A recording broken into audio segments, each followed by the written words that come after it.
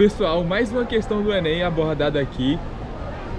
Vamos trabalhar com a questão 128, que vai envolver química. O que acontece?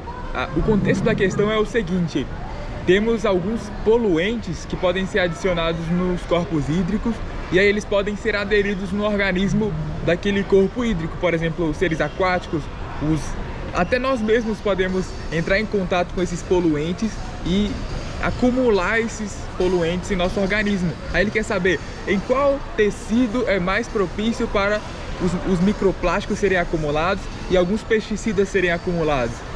Primeiro a gente tem que saber a constituição química desses poluentes. Temos algumas classes. Temos os poluentes que são lipossolúveis e aqueles que são hidrossolúveis, ou seja, lipofílicos e hidrofílicos. Aqueles lipofílicos, como é o caso daqueles compostos clorados, por exemplo, pesticidas organoclorados e também o microplástico propriamente dito, ele tem maior tendência de se acumular nos tecidos gordurosos.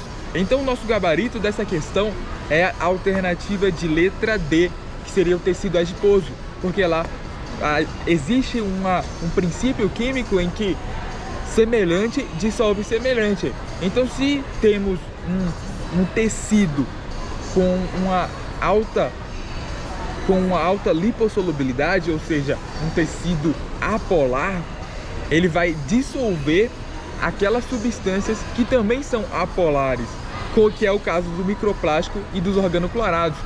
Lembrando que uma das primeiras classes de pesticidas é a dos organoclorados, que podemos citar como exemplo o paraquat. Temos outros exemplos também, mas não vem ao caso. E agora vamos aprofundar.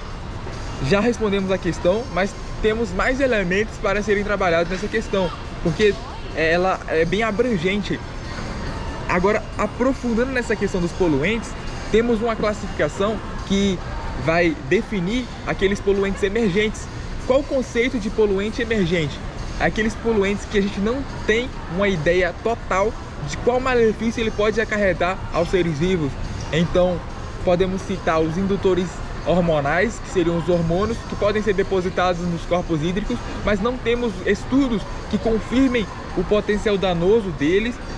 Temos uma suspeita e uma correlação, mas não há estudos que assegurem com uma robustez grande, por exemplo, são esses os efeitos causados por esses poluentes. Não temos isso.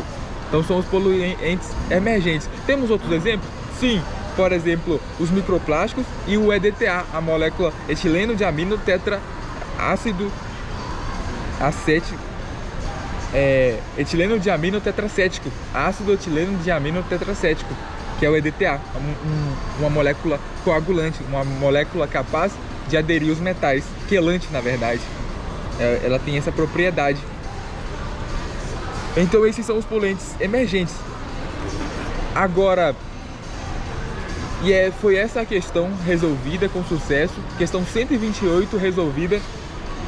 Temos outros tecidos que ele cita também, como o tecido ósseo, o tecido epitelial, o tecido sanguíneo e o tecido nervoso.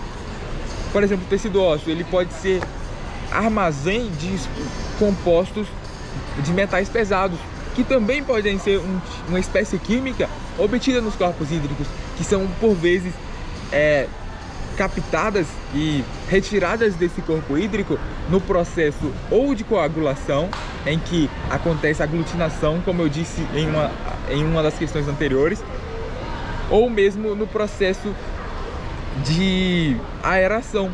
O processo de aeração é expor o corpo hídrico a um fluxo intenso de oxigênio para fazer a substituição das moléculas presentes naquele corpo hídrico. Por exemplo, está com a baixa de oxigênio no corpo hídrico, deixa eu colocar oxigênio naquele meio. Aí vai ter um aumento de moléculas como nitratos e também um aumento de oxigênio propriamente dito. Assim como precipitação, sedimentação do ferro livre daquele meio e do magnésio, ou seja, vai diminuir a dureza daquela água. Então é isso, pessoal. Esse foi o panorama geral sobre essa questão e mais conhecimento a respeito dessa questão, que foi permitido que a gente alcançasse Então fiquem atentos às próximas questões.